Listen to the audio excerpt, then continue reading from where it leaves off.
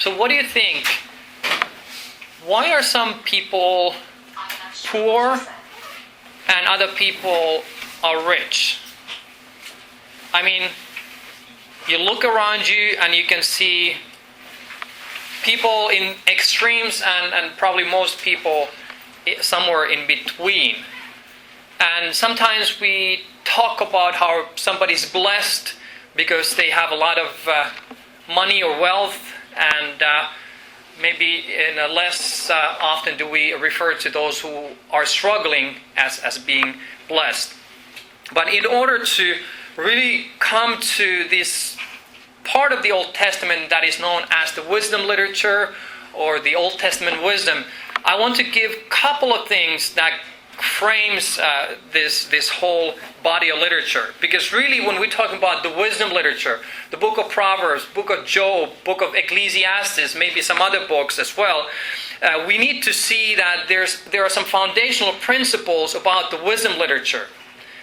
And the reason why wisdom literature is sometimes so misunderstood is because we don't see, for example, the book of Proverbs in a bigger picture. And this wisdom literature basically is a reflection of lived experience based on the fear of the Lord. Because the fear of the Lord is the foundation for wisdom. And if you don't have that, you don't have no foundations to stand upon.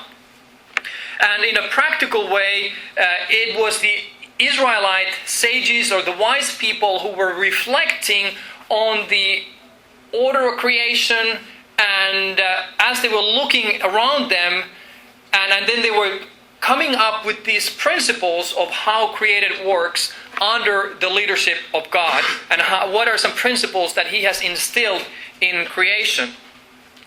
And really, some of the questions that or topics that they were touching on were really mundane issues like relationships, not being angry, correct speech, sexuality, honesty, how to deal with money, all of those things that are not so grand, big political, sociological issues, even though they are important components of that bigger picture. And that's why we have in the Proverbs, we have a lot of proverbs which convey an important aspect of reality, but does not exhaust what reality is all about. And we have a lot of proverbs or sayings in that probably most of us are familiar with. Let's take an example.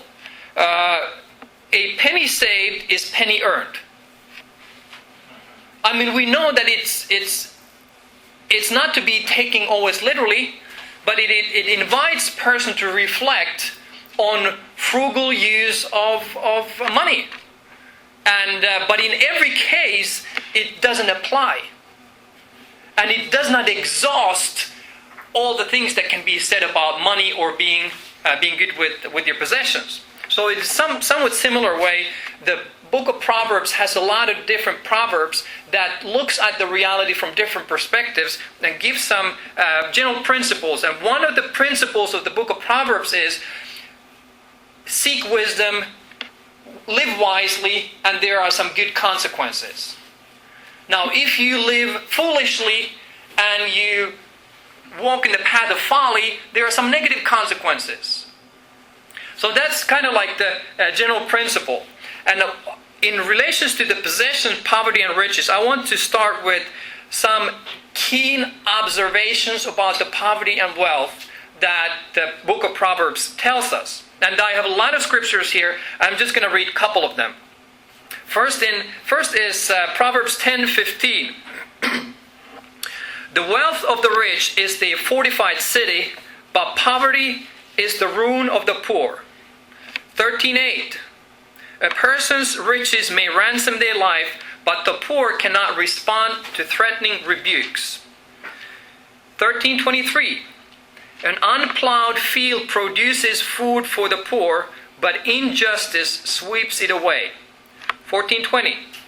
The poor are shunned even by their neighbors, but the rich have many friends. 22:7. The rich rule over the poor, and the borrower is a slave to the lender. So a lot of aspects about poverty and wealth. And for example, about the reality of the poor or the poverty, it says that the people who live in poverty, they experience ruin and insecurity. They are vulnerable. They are defenseless. Even the little that they have is taken away by wicked people and injustice. Their life is characterized by shame and disregard by others, and that they are shunned even by their friends and relatives. And all of these could be multiplied just by looking at the book of Proverbs. And then we have a reality of what a person with wealth often experiences. Security. They have many friends.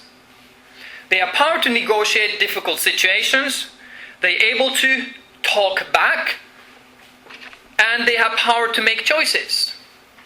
All of those are I gleaned out of those verses that we talked about. And really it's talking about a harsh reality of many who live in poverty and a more comfortable reality that the people who have a lot of wealth are experiencing. And maybe you could identify with parts or many parts of one or the other category.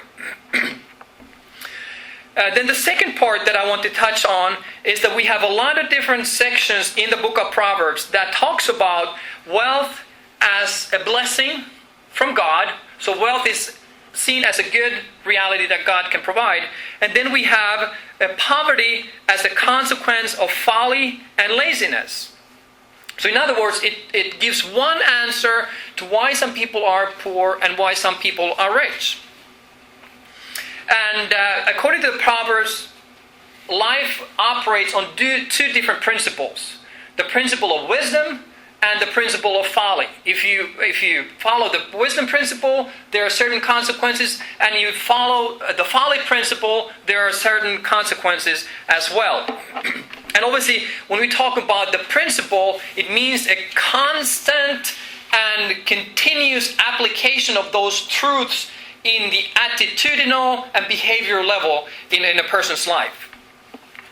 And here we can see most specifically that wisdom leads to sometimes to riches and honor, and poverty leads to or poverty as a result of folly, laziness, and it leads eventually to destruction.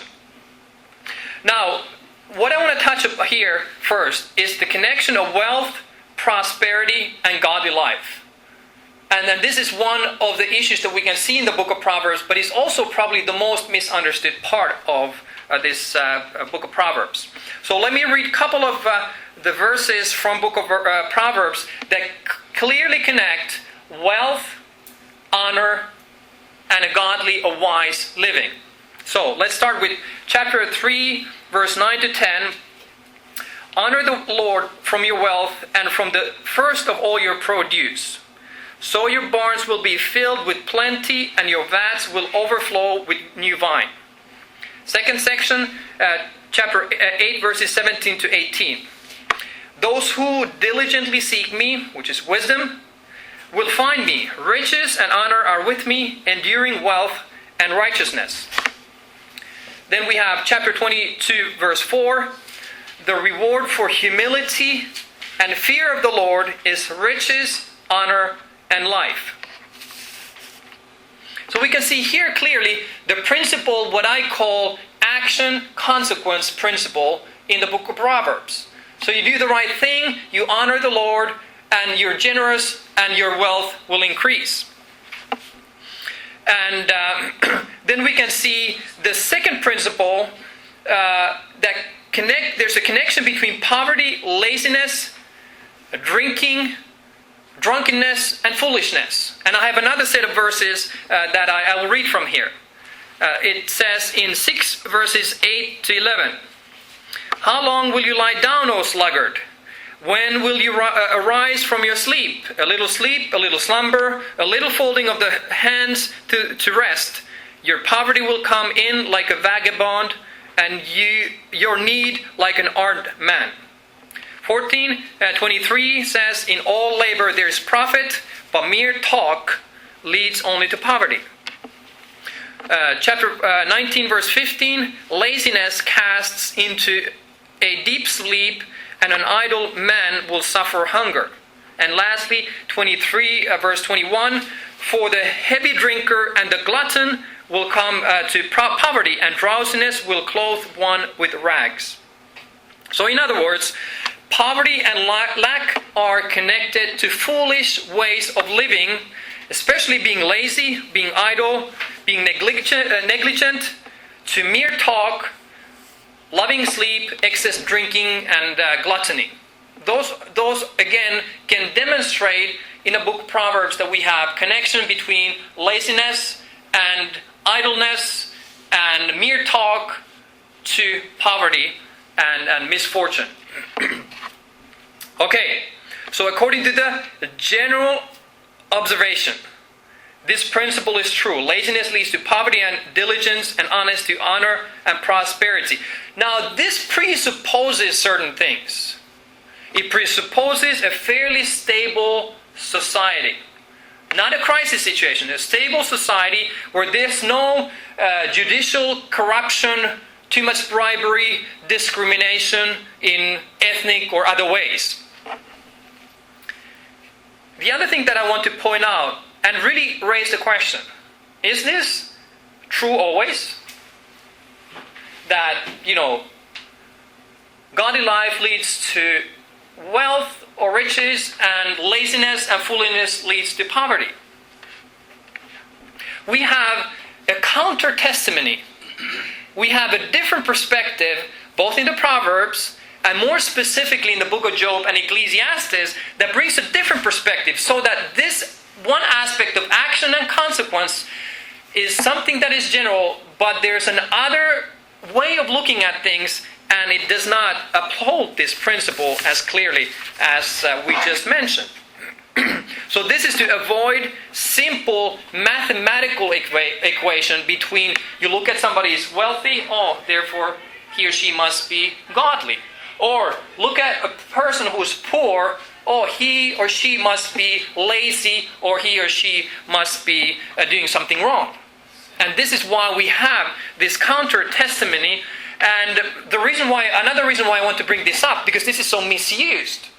One individual that I actually interviewed as part of my research, he said his favorite verse was Proverbs 22 and verse 4. Riches and honor always leads to wealth. Godly life always leads to prosperity and honor and wealth.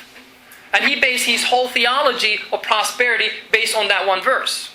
I mean, he spiced it up with other sections of the Bible, but that was his simplified mathematical solution to why he is fairly wealthy. He justified his wealthy position with that, and the fact that he one day will become a millionaire. You don't know him. But similar examples, we could probably see some of the TV evangelists that would take some of the same examples. But we have wealth and riches are relativized in other parts of the Proverbs. And they are the wealth is subordinated to righteousness and correct attitude and fear of the Lord. So we have what are called these better than sayings. Let me read some of them. Chapter 11, verse 4. Riches do not profit in the day of wrath, but righteousness delivers from death. 11:28. He who trusts in his riches will fall, but the righteous will flourish like the green leaf. 16:8. Better is a little with righteousness than great income with injustice. 18:11. A rich man's wealth is his strong city, like a high wall in his own imagination. 19:22. What is desirable in a man is his kindness, and it is better to be poor man than a liar. And we could multiply some of these examples. So in other words, things and attitudes and actions are better and more desirable than wealth being rich. And from the other perspective, a person can be poor and be righteous. And it is better to be poor and have lack of wealth and be righteous than to gain wealth through dishonest means. So, poverty is better than constant fighting and anger. It is better to be poor and kind than have riches. It is better to have fear of the Lord than have riches. Good name and honor are better than wealth. To summarize that. Then we have another perspective that demonstrates that wealth is not always, or being wealthy or having a lot of stuff is not always a blessing of God. Because people can actually gain riches by dishonest means and by injustice or sinful means. So let's look at a couple of these verses in Proverbs. 11:2. Ill-gotten gains do not profit, but righteousness delivers from death. 11:6. A gracious woman attains honor, and ruthless men attain riches. 21:6. The acquisition of treasures by a lying tongue is a fleeting vapor, the pursuit of death. And verse 28:8. He who increases his wealth by interest and usury gathers it for him who is gracious to the poor. And again, we could multiply examples. So wealth is connected here to unjust gain, ruthlessness, lying tongue, and unjust lending practices. Can you see how these different aspects come together in the book of Proverbs? So, and then we can see also that poverty is not just the result of laziness or being a sluggard or just talking about nonsense. Poverty is also a result of oppression and injustice. 13:23 says as follows: abundant food is in the fallow ground of the poor, but it is swept away by injustice. 22:16 He who presses the poor to make more for himself, or who gives to the rich, will only come to poverty. So here we can see that injustice can take even the little bit that the poor have. So does oppression. And we have a number of other sayings about the poverty and poor, how people are not giving to them or helping them or taking care of them, and that being the result of being in that predicament. Lastly, it is possible to be wise and poor according to Proverbs. 28:11 The rich man is wise in his own eyes, but the poor who has understanding sees through him. So it's even possible to be poor and wise and godly. And it is possible to be rich and arrogant and ungodly. So hopefully I have confused you enough in a sense that we don't have a simplified picture of the origins or consequences of wealth and poverty. Even in the book of Proverbs, which prides itself on detecting certain patterns in the life and priding itself of demonstrating that there are consequences to one's deeds. So, poverty with righteousness is better than wealth with wickedness. Righteousness outweighs wealth, and wickedness renders wealth worthless. Wealth may appear as a blessing, but it's not intrinsically or invariably good, even though generally it's a God's blessing. It needs to be subordinated to righteousness, wisdom, and justice. And we could say that righteous behavior makes life generally better, richer, honorable, but it does not guarantee it. Because there are different forces and different aspects of life, and I mean you can only look around you to make that conclusion. But obviously when the book of Proverbs was composed, the sages and the teachers, they wanted to teach the rule of life and the first principles, and then look at the exceptions.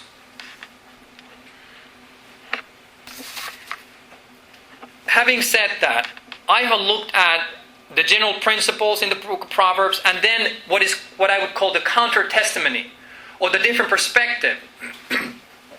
But you know, the limits of wisdom is something we can see in the book of Proverbs to some extent, but specifically in the book of Job. And specifically, when we go to the book of Ecclesiastes, we can see that this general principle type of wisdom that we can see in the book of Proverbs is challenged even more strongly. Because it's really the book of Job. And Job himself gives a testimony that he cared for the poor. He delivered the orphan. And it even says in chapter 29, I delivered the poor who cried and the orphan who had no helper. I caused the widow's heart to sing for joy. I broke the fangs of the unrighteous and made them drop their prey from their teeth. So book of Job and book of Ecclesiastes, they give this forcefully, this perspective that Job was not suffering. Job did not lose his possessions because he was doing something wrong. There was no correlation between Job's action and what he experienced. But we can see that there's this spiritual, cosmic battle that was going on that Job had absolutely no idea about. And the interesting thing about, obviously, the book of Job is that it's Job's three friends that operate on this simplified action, consequence scheme, and God rebukes him for that. So in other words, what we can conclude from here is that there's general principles of wisdom and folly operating in the creation. However, there's an aspect of counter-testimony that challenges that, and there's the aspect of wisdom that is inscrutable, that is only known to God. And all of those different aspects are part of also our theology of wealth and poverty in the book of Proverbs and in the entire wisdom literature. Most important part, really, what I want to highlight in the book of Proverbs is the care for the poor that comes across in 14, 15 sayings in the book of Proverbs. And so to this I will turn now. So the care for the poor by words and actions is non-negotiable part of being a wise person and living in God's world in a godly way. 14:31. Those who oppress the poor insult their maker, but those who are kind to the needy honor him. 17:5. He who mocks the poor taunts his maker. He who rejoices at calamity will not go unpunished. 19:17. One who is gracious to a poor man lends to the Lord, and he will repay him for his good deed. 21:13. He who shuts his ear to the cry of the poor will also cry himself and not be answered. 22:16. Oppressing the poor in order to enrich oneself and giving to the rich will only lead to loss. And maybe I'll take one more. 28:27. He who gives to the poor will never want, but he who shuts his eyes will have many curses. And there would be other verses here. Let me take one more. 31:8-9. Speak out for those who cannot speak, for the rights of all the destitute. Speak out just righteously. Defend the rights of the poor and the needy. So we have different attitudes that are encouraged and certain kind of actions that are encouraged. Not to mock, not to despise, not to neglect the poor, but rather be compassionate, be gracious, and show mercy to those people who are less fortunate. So we're talking about the attitude right now. Then there are certain actions toward the poor. Not to oppress, not to shut one's ears and eyes, or shut them away, not to rob them, not to crush them, and positively to speak out for them, to act justly towards them and with them, and defend them and reach out to them and on their behalf. And both carry consequences. Oppressing the poor is same as insulting God. Mocking the poor, having a wrong attitude towards poor, is like mocking God himself. Final reflection. We looked at the prophetic literature last week, and we saw specifically that God's attitude towards those who oppress the poor and the orphan and the widow is that God is furious, and God is going to judge those who will do that. And we could hear the prophets ranting and raving against this kind of exploitation. Now, in the wisdom literature, wisdom literature talks about injustice, oppression, talks about how people shouldn't be stingy or tight-fisted, hard-hearted, or be plain ignorant of the poor and the vulnerable, because this is the foolish way of life. This is how a fool acts, and it carries with it negative consequences. And God, even in the book of Proverbs, is the one who defends the poor and the widow and the orphan. And God is insulted by neglecting those who are least fortunate. This is also an invitation to wise living. Why is it an invitation to wise living? Because God desires His people to be wise and generous and do just deeds, because it's a reflection of God's own character. Now, when we look at this action and consequence from the New Testament perspective, we have to be more cautious. And later on we will talk about New Testament. But even if we uphold this certain kind of principle, we have to be careful that we do not apply too mathematically these principles in the reality of everyday life, and especially in the individual cases, because God's manifold wisdom and the diversity of the human society is so diverse that we have to be very careful when we apply these principles. And certainly, New Testament does not promise riches. It does not promise wealth. So we have to see the difference between the Old Covenant and the New Covenant. Yes, diligent work often leads to prosperity. Sometimes, however, poor are poor because injustice and oppression. Sometimes poor are poor because they are lazy or they are drunkards. But also sometimes people are poor because of the sickness, sometimes because of accident, disability, loss of job, unemployment, recession, greed, whatever. There are so many different reasons that we could think about. And we need to be wise in our discernment and balanced in our actions. So really what Proverbs gives to the New Testament people are a couple of models. First and foremost, it gives us a model of attitude. What our attitude should be towards those who are least and lost in the society. That we should be compassionate and generous, and we should not neglect or mock people who are live in poverty. While at the same time remembering that there are perhaps individuals who need to adjust their attitude so that they are not lazy.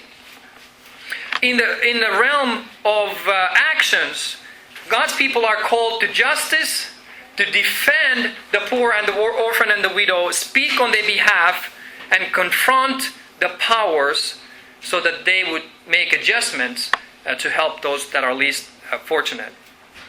And now when I'm talking about these issues, it's not just that it's about me and you, even though it really includes every individual, but it is about your community, your church, and how we act as a people of God together. Because one person can do something, but the whole community can do a whole lot of things. And let me just conclude with something that I think we could all take home with us as good advice and wise advice for all of us. And it is chapter 30 of Proverbs, verses 7 to 9. 2 things I asked of you. Do not refuse me before I die. Keep deception and lies far from me. Give me neither poverty nor riches. Feed me with the food that is my portion, that I may not be full and deny you and say, who is the Lord? Or that I not be in want and steal and profane the name of my God.